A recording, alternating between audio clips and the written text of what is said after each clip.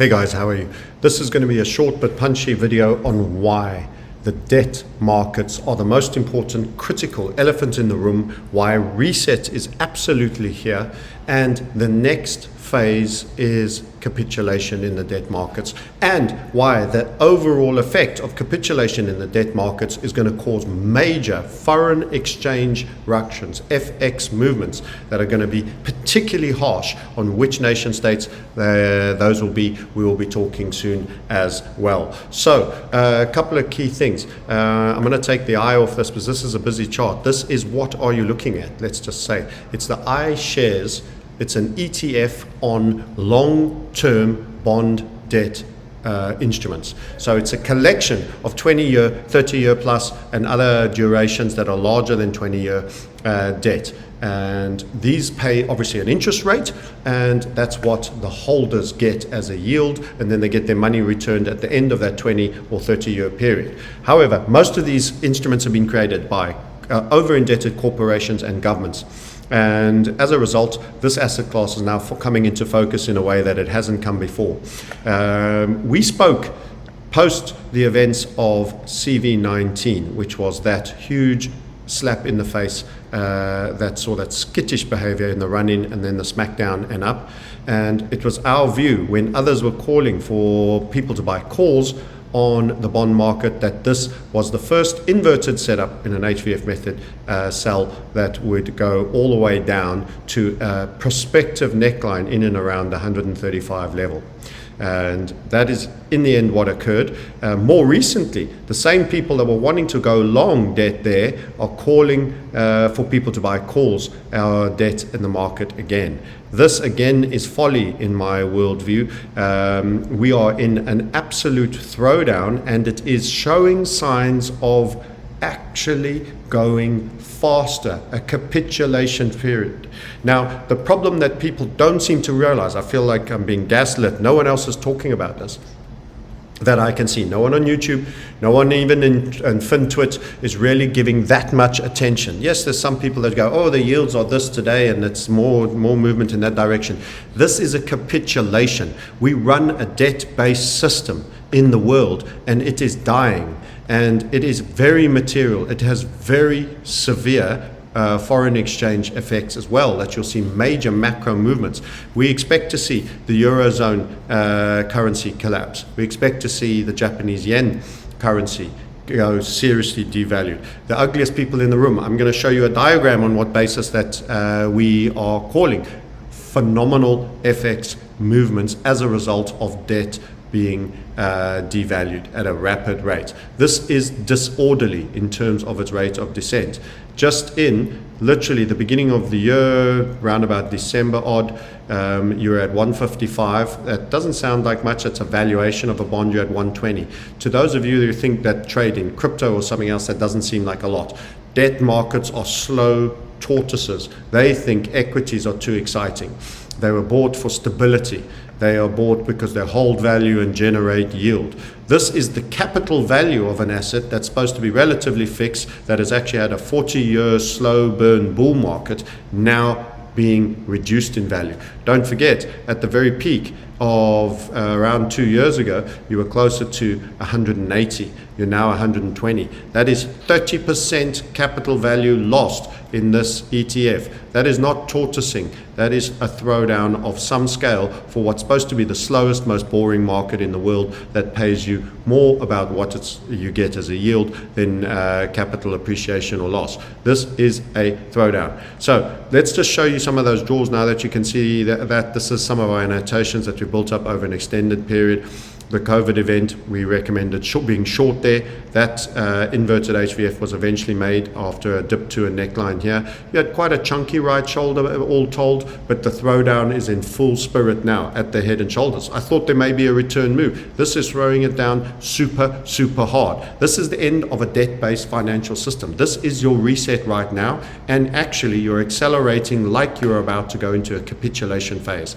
The knock-on effects, if this doesn't turn or slow down, at least very, very soon, could be absolutely vast. You're going to see huge currency movements.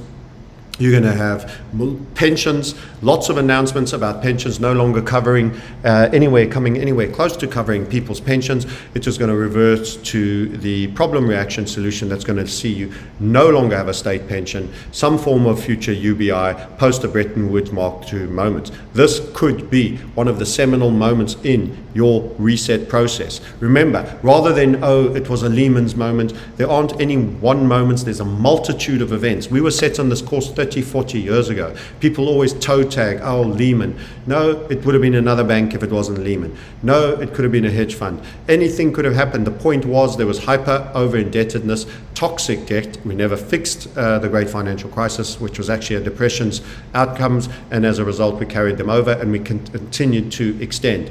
I've also regularly referred to the high yield. This particular trade was a big trade for us, and this was an inverted HVF structure that we expected to see trade right the way down to 49. We got in up top here, very high, where we were getting in early at 86, and it was going so very well down to this point. Then bang, suddenly the Federal Reserve said they will stand behind high yield debt. One of the key elements is you have a massive shelf of debt in companies that are one stars, that are no longer stars, such as General Electric and IBM, that are now hyper indebted, pretty low value return companies, and they are not delivering new alpha. And what's happening is they should be, by virtue of the rating agencies, downrated in a substantial way. Some of them should be re-rated as junk, and such is the shelf that is just above below junk that in fact this would flood the high yield market, for which there's much thinner layer of buyers. It's like a small altcoin number 2000 versus trying to buy Bitcoin, which is easy to buy, and as a result the liquidity would be flooded and the junk market would absolutely crash. As later the bigger debt markets too. There's too much debt in the world and they are attempting to maintain value. So let's have a look at why the currencies would get involved in this as well. And I will find that which I want to say eventually after jumping around a bit. Here we go. The currencies that are the weakest, we've already highlighted these in our Aussie JPY long. Beautiful technical setup. We also highlighted USD JPY long. USD is round about in the middle of our spectrum of strong to weak. High relative debt. The yen is one of the highest in relative debt, although I think America tells fibs about the true state of its debt by not putting in to those numbers the unfunded liabilities. Japan 257. This is very high. You'll also notice that Europe, such as the likes of Italy, Greece, Cyprus, Portugal, are all very well represented and high. Belgium, France. The Eurozone is just behind Japan probably in overall indebtedness, and the US, and that makes them susceptible currencies. So high relative debt makes these currencies unattractive. These in a debt failing environment, the US is at least talking about raising rates.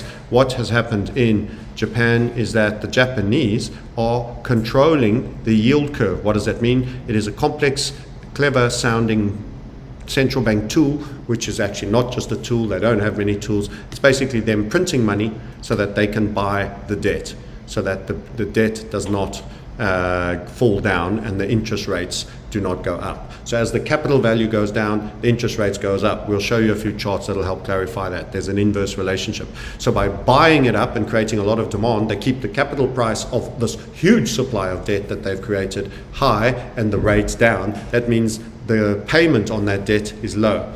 If ever the payment on that debt gets to a percentage that is too high, they will no longer be able to make the payment. Eurozone is contemplating adding to its debt pile, and that is not contemplating adding to its debt pile, it's definitely doing that, is contemplating yield curve control. Also, what I would also highlight is imports of commodities and energies. Are you a net importer or are you a net exporter in this global environment? Japan absolutely requires imports for commodities and energies. Most of its inputs are in the manufacturing area. They need the raw materials. On the stronger side, low relative debt. You have the likes of Russia at about 18%, exports a ton of commodities and energies, also has platinum to quite a high level, and some gold, and is a big holder of gold. And as we've already highlighted, done away with its debt. The big king to hold is actually the metals themselves. It's super strong. It means you are a holder yourself as a sovereign state, but the countries that have some of these things are better. Australia, quite high indebted, but not as bad as some of the others, is a producer of gold, exports commodities. These things will work in its favor. To some degree, Canada with their energies as well.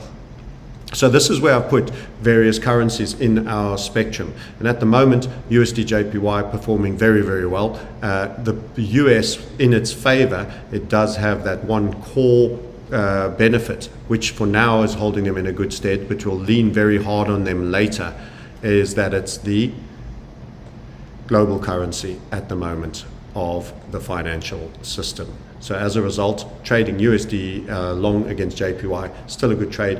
The Euro USD short, still a good trade. And the Euro Swiss franc short, still a good trade. Okay, so that's a little bit on how we rate. What are the aspects that make a currency strong or weak? And you can see that debt plays a large part in that. So the currency and the debt markets overlay on each other. The relative ugliness, they're all ugly. It's a beauty contest of lepers, and they're all ugly. And the key element is who is the least ugly. And as a result, the Japanese and the Europeans are the ugliest at the moment in terms of all our FX ratings, mainly because of debt-related matters, and also the need to import energies, which both Euroland and Japan need substantially. We talk as the gold, the oil price, my apologies, is going higher. So let's go back to this chart. High yield debt, I think this thing will roll over again at some point, but there is also a possibility that the central bank controllers that are an imperfect perverting force in the market may once again try stop the junk market from collapsing because of its knock-on effect on that is near, until it's ready to accept reset conditions, and that the great reset is on again. And then they will let things fall, and maybe they won't back it up this time. Who knows? They did last time. Despite our hope that the real market forces would allow something to fail, it didn't transpire. So let's just show you a couple of things on that debt. We did show you that chart. I'm going to pull this up over here and to highlight rates. This is the rates going down. 10-year treasury yield. That's what you're looking at here. The futures of the 10-year yield. And what you'll note is that this final fall is super, super big. Remember, this is log scale. So it increases by when you have high percentage moves. The lower you get, the more sensitive the moves, generally. This is typical of capitulation and the end of a bear market in yields, which was a bull market in value because of that inverse relationship. So the COVID event created an absolute capitulation in the end here. And this was super, super powerful. I've covered this before in a number of videos. This was peak Volcker and interest rates over here. And since then, rates have dropped, creating a liquidity surplus, an increase of debt. It was cheap debt. There was 15% of US companies were borrowing to pay dividends because the debt was cheaper than issuing stock almost. So that is where we got. This is a trend-changing event in our view. That was the March 2020 events. And the values of bonds have gone in the opposite direction. Now, if this is turning, as it is doing at such a rapid rate, you're having a disproportionately quick revaluation of the value of bonds. This is very, very ugly. It's two sell-offs. Also, bear in mind, if you're an Elliottician, for those of you who don't want to look at the head and shoulder option, you can even potentially say that the first leg is your high there, and we go to the high here. Your 1.618 will take you to the 80, the value of 80, the third down leg. So that's quite a messy looking chart for you. I'll spread it out a little bit. That's like that. If you continue to capitulate at this rate and the second leg down, which is the third leg after this rally, will be to the 1.618. That would take you to 80 before you get a meaningful bounce. That would also see the head and shoulder target made. So there's some interesting concepts to bear in mind on TLT. These are markets that can be shorted. No one's talking about it. Retail traders, retail YouTubers are not talking about the failure of a debt system. Everything is about reset.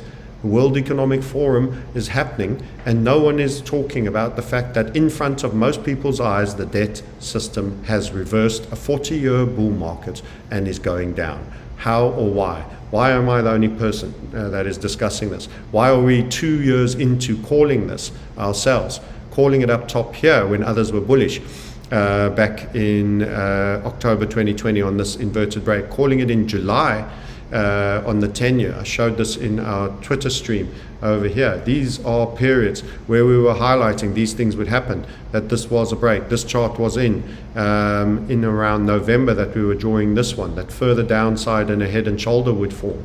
And also, there are others.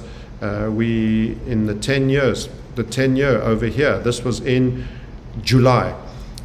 This was the 10-year squeezing higher on a rising, very rising structure that we suggested would turn and reverse. This did. This was in July of 2020. We are 2022 and almost July. 22 months ago, a bear. No one is calling bear. I don't see where are all the retail traders calling bear on the biggest Ponzi scheme that we've ever known, that has ever been globally synchronized across all nations. I don't understand where are the people with the bear calls. You can be short. You could be trading this short. And, well, they don't seem to have an answer. They're all talking more severe. Don't listen to about rate increases. Don't listen to what they say. Listen to what they do. What they're doing is very little. A 2.5% increase when you're 7.5% behind the curve is very little.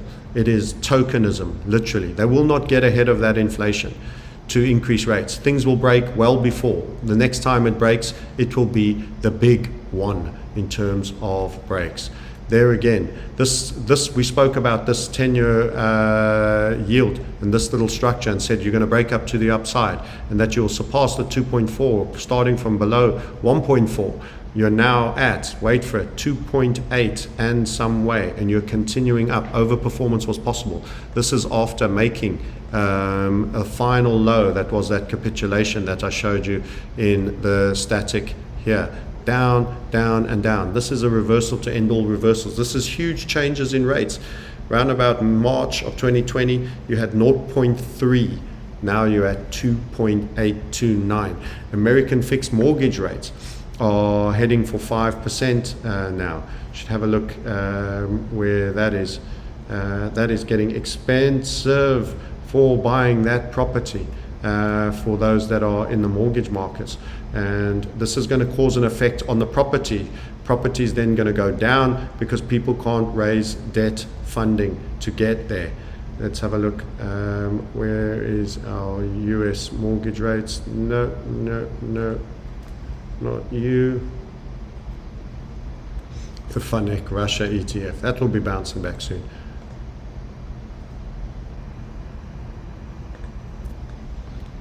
Just by the way, the XME is the precious metals index divided by the SPY, the Standard & Poor's index. This is the relative performance of precious metals to the overall index. Look at that for looks like a final low and a really strong upside move. This could see, and let's have a look at it on a longer time frame view, by the way. What have we always said? You need to be in the precious metals. 3 impulse falling wedge. You once were at the 80s highs, that's 08, sorry. You were once as high as 0.75 as a relationship in the miners. And since all-time lows, we've been as low as less than 0.06. Still very small valuations relative to the SPY. Just to get up to 0.75% is going to be an incredible move for precious metals, and this is a very, very interesting, and I'm going to grab that one and drag it up so that we don't forget to check in with that. The perfect corollary to debt malaise. If you want to know what to buy, apart from being short debt, one of the things to buy is, without doubt, something that will get you exposure to precious metals. See it here, XME. Spider, S&P, metals and mining. That is resources. You want to be macro long the commodity market and short the other market. And by the way, that's SPY. We could have done this on NASDAQ. That'll be even more interesting. The IXIC. We can use the whole composite market and you'll have a look at that. It'll probably be even more extreme. So the highest you ever got as a percentage is 0.04. This is a big move. If we get corrections in tech, you'll get a strong move in mining. But you can leave it on the SPY as well. So gold and silver looking substantially better, but that doesn't change the fact that one of the most important things is happening and nobody seems to be observing it. Why is that? Because people have been trained. People have been trained to understand companies and corporations, such as ARK. We all know who Cathy Wood. We want people. We want things we feel familiar around. So we all understand, okay, this is tech, this is venture cap, it's all good. We're all ready to have a look at it. But we don't understand debt instruments. We don't understand that the entire system is based on debt instruments. And this is going to lead to the end of the debt. That massive capitulation in debt is going to lead to foreign currency events and is going to lead to reset. It is going to lead to reset. The debt markets are second biggest market to Forex. And the effects of the debt markets will have bearing on relative valuations of Forex, as I've already indicated. So as a result, you are watching the frog get boiled, and if it gets much hotter, you won't be able to jump out anymore. Such is the heat that has been created. And this is leading to a real lean on markets. By the way, the volatility of the bond markets is known as MO. We'll do the 9-day. So VIX, which is equity, has stayed relatively low in terms of its volatility. We've not had the spike that went with January 22, and if we go on a higher time frame weekly, we will also see the scale of the spike that went with that event that may not be mentioned of March 20. This is showing benign calmness in the equity markets in an environment that the bond markets are in deep trouble. So we're seeing everybody noticing the problem in bonds and bond traders in a panic, but it's not any level or sign of contagion towards the equity markets. The equity markets are laughing it off. Here is your 5%. This was 4.69 last time I looked. This is your fixed 30-year debt price for Americans that want to buy homes. This has been moving daily and changing daily to the upside as events are going on, as debt is continuing to demand a higher yield and losing value. This is going to cause a property slowdown and could even go further into a property collapse. Some people will no longer be able to own or hold their homes and will need people to step in and purchase them. This is a possible tragedy in the making. Case-Shiller House Price Index, it won't be long before this starts to affect downside in this particular market. This is on the macro. We're on a weekly, do it on a daily, and it will be updating more regularly. This again, Case-Shiller. So house prices have been very strong in the US until they aren't. Until they aren't, with the increasing of debt, they will eventually run into deep trouble. It's not just the 10 years and the 30 years, the short-term debt, 2.782. Look at this, how it's changed. Debt markets are moving. People don't seem to understand it, and it's going to cause major ructions in the FX pairs. So that's what I've got for you. That's your update. It's time for folks to understand and to start watching debt markets. I would suggest you watch the junk bonds, HYG. There's also JNK, by the way. There's also SHYG. I'm tempted to say something that I'll try avoid not, but it's very similar of structure. So you can choose one of these, and of course the 10-year is a classic. You want to watch that, 2.8, and you can also just change and put the 20-year and the 30-year in there. Now, yield inversion occurred And this is a very critical recession indicator. And normally, most interest rate cycles have either ended or 80% done on the increase of interest rates by the time you get yield inversion. We've already had yield inversion. So if we go minus the US 02, here we need to select bonds in that. You will see that this did dip. It's here, he shouts. Let's go back to regular scale. You can see we are reversing violently out of a yield inversion, and that normally means you're going to get your crisis coming sooner. This was the repo liquidity issue of September 19. That then was COVID events, CV19. And that was not very long in terms of time apart. The rate at which you threw it down here, however, was really, really very strong and very fast. By the way, if we change that yield inversion to the 30-year and we do the same draw, it was the first time in a very, very long time, weekly chart, maybe I need a monthly.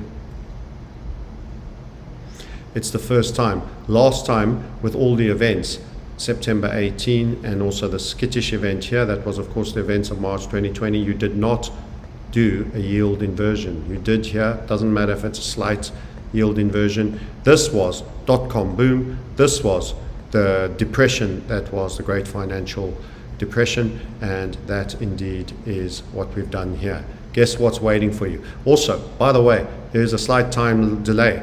So 2000, it's the faster you go up, the harsher it is typically. These really strong ascents are not healthy. The snapback is not healthy. This was slow down and then it was a real throwdown. This is a real throwdown. You've inverted on the 30-year less the 2-year.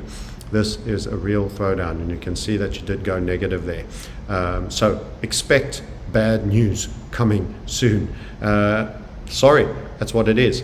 Be defensive, be smart. You might be able to buy certain assets a lot cheaper, but there is a demand killing event. And I think the central banks of the world desperately need this because they've all let their inflation targets go way out of control. By the way, last time Germany was at 7.8%, was in the late 70s, and they were at 11%. Today they're at 0. So like for like inflation, exactly the same. Difference in interest rates, 11%, late 70s, 0 today.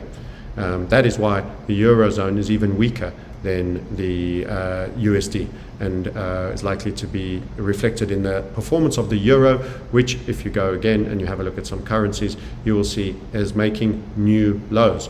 This is a currency we've continued to steer people short on. It was in our macro events. I've got to make that box a little bigger. It was in our macro events that the Eurozone would be falling. We got you short up top here at 118, and you've now traded as low as 107 recently. That is a bias to bear on the euro. Also will be reflected in the euro Swiss franc. And then the curve controlling Japanese. This is how our USD JPY trade has gone. This is the beginning of that break, and this is a secondary wind up and how it's overperforming. Very close to all-time highs. I wouldn't suggest you're chasing now, but I can see it running our interim here at 126, which is on our bigger time frame.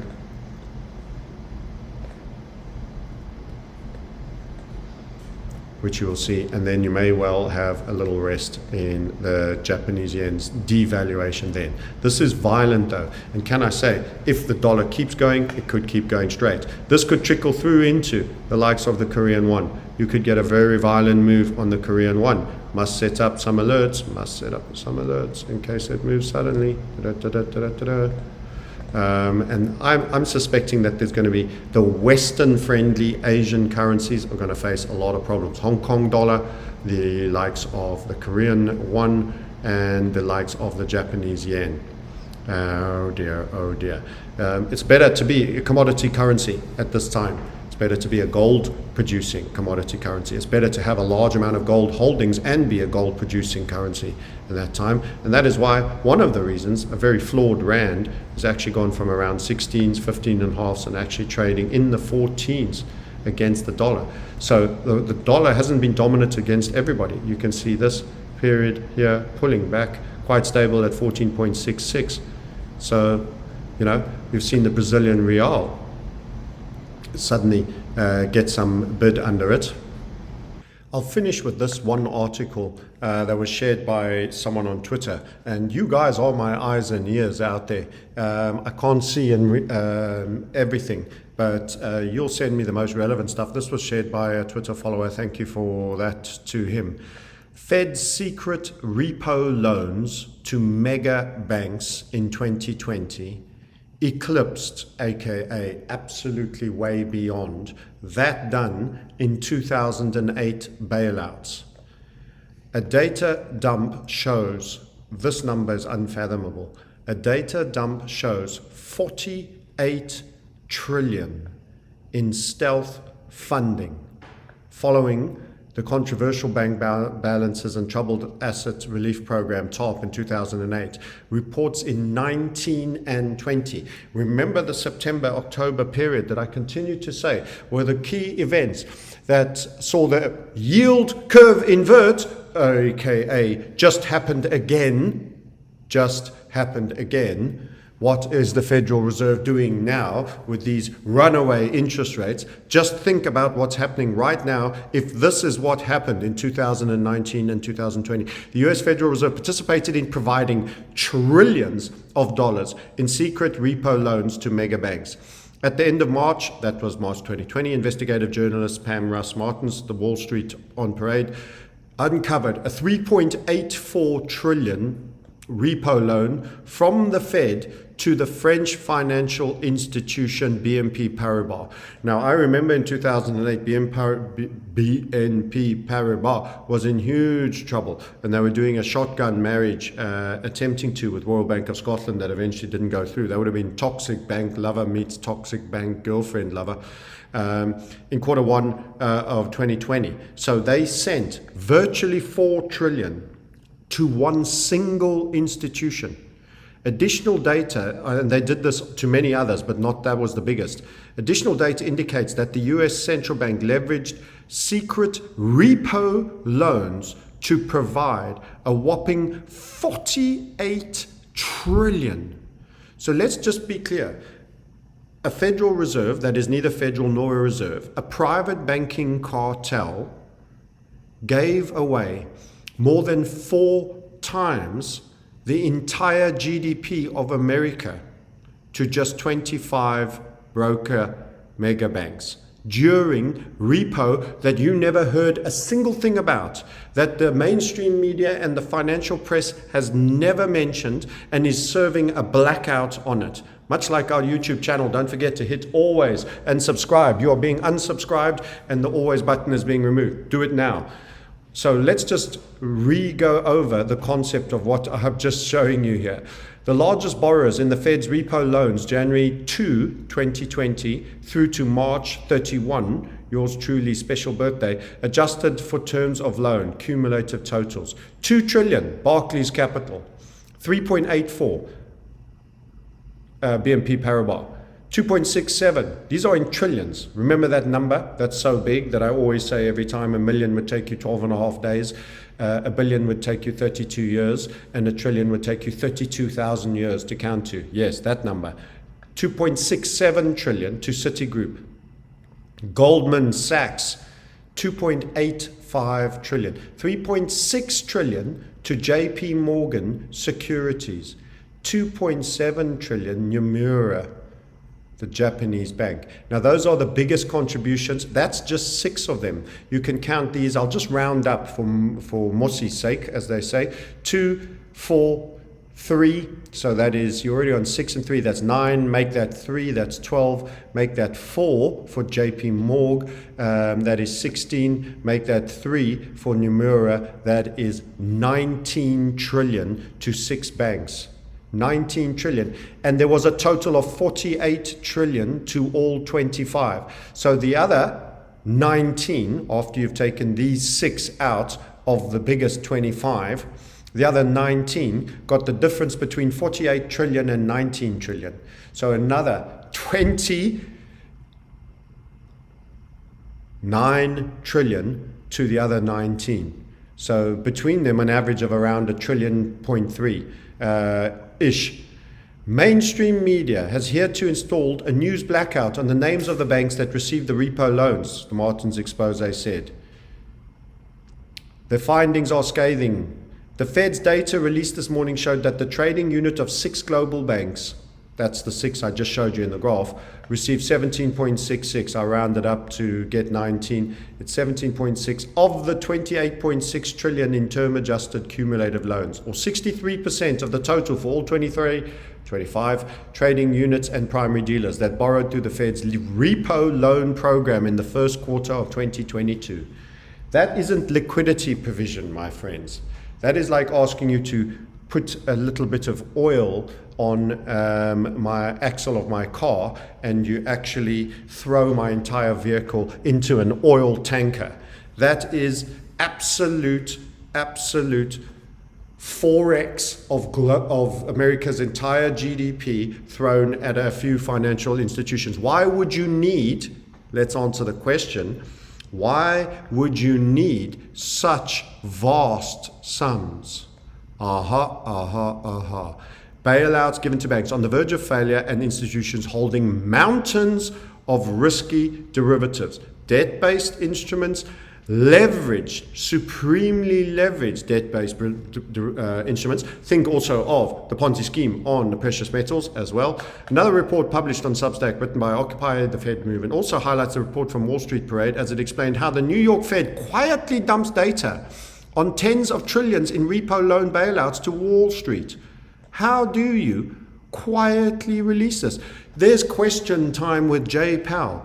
Amazingly how well screened all the patsy questions are that nobody sits there and say, hey Jay, tell us about this 50 trillion odd that you lent 25 primary dealers during September, October 2019. This is the first I'm even hearing of this. We're talking about a debt. We're talking about a failure system. You're talking about market manipulation. We're talking about holding up shelves of junk bonds worth garbage. We're talking about every perversion and manipulation that is avoiding a correcting, naturally adjusting market. Proper price discovery from truly happening is being done by a cartel of criminals, and it's your money. The researcher notes that Wall Street wants to keep the Fed's 48 trillion repo bailout secret like it never happened.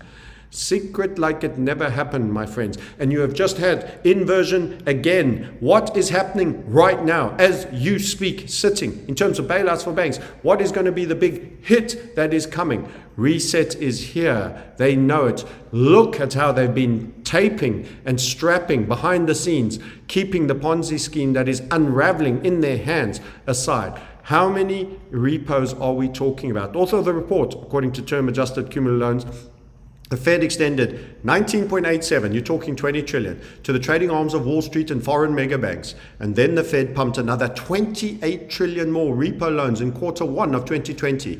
That comes to a mind-boggling, astronomical 47.93 trillion in repo market bailouts. Wow, wow, wow. Have you ever heard of anything so extreme? And who was in charge then? Well, you guessed it. You had Granny Yoda, who was helping out at the Treasury. And you also had yours truly, Mr. J, in there as Fed chief. Wow. If you hadn't already realized that this is a totally on, Reset is here. They were strapping everything together. What scale will they need to do post the 7 trillion of stimulus that they did for COVID for the next reset repo or other derivatives problem that they stand to face? On that note, I'm going to close the video out. Debt is the problem. Derivatives is also the problem, and it's based on combination of debt, market manipulation, and over leverage, the financialization of everything, and it's all those chickens are coming home to roost. We truly appreciate you watching. We appreciate a like. If you haven't already hit the like, please hit the puppy licks button. Lick the face that feeds. We aim to feed you. We aim to make you wealthy in reset times, and also to help you defend it. And go to themarketscycle.com to book a call and have a chat. It costs nothing, and there are multiple products at different price points that you can participate in that can see you building wealth and defending wealth in reset times. Thanks for watching. We'll catch you next time. Bye-bye.